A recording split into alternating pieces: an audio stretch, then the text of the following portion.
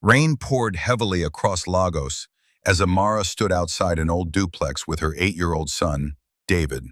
The house looked abandoned, with cracked walls, dark windows, and a rusty gate that creaked in the wind.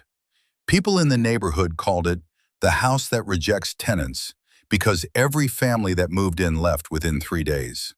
But Amara was desperate. She was tired of moving from shelter to shelter and couldn't afford anywhere else. Even when the landlord nervously warned her, "Nobody stays here long," she still took the keys.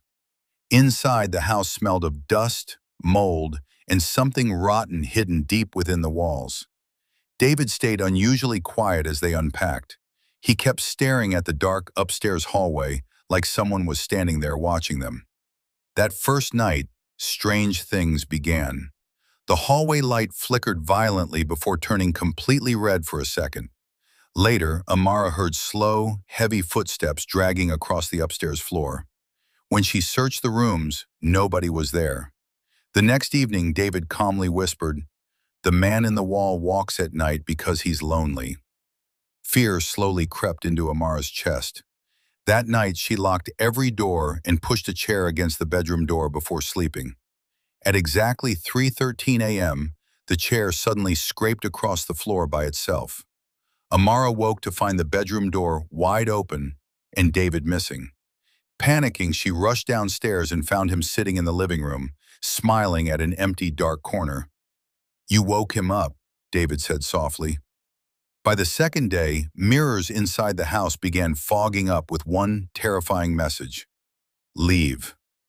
David started laughing during dinner, as if someone invisible was whispering jokes to him. Then he suddenly asked, "Mommy, why did they bury him here?" Terrified, Amara searched the basement and discovered old newspaper clippings hidden beneath the floorboards. Years ago, an entire family had been murdered inside the house, and the father disappeared afterward.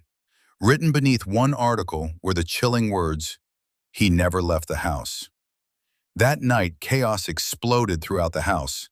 Plates shattered, walls shook violently, and freezing air swept through every room. David stood frozen in the hallway talking to someone invisible. "No," he whispered into the darkness. "She said we're staying." Suddenly, deep claw marks ripped across the wallpaper beside him. Heavy footsteps slowly descended the staircase. Then Amara saw it. A tall shadow figure stood at the top of the stairs with hollow eyes and a twisted neck, staring directly at them from the darkness. David's voice trembled. "He says the house belongs to him."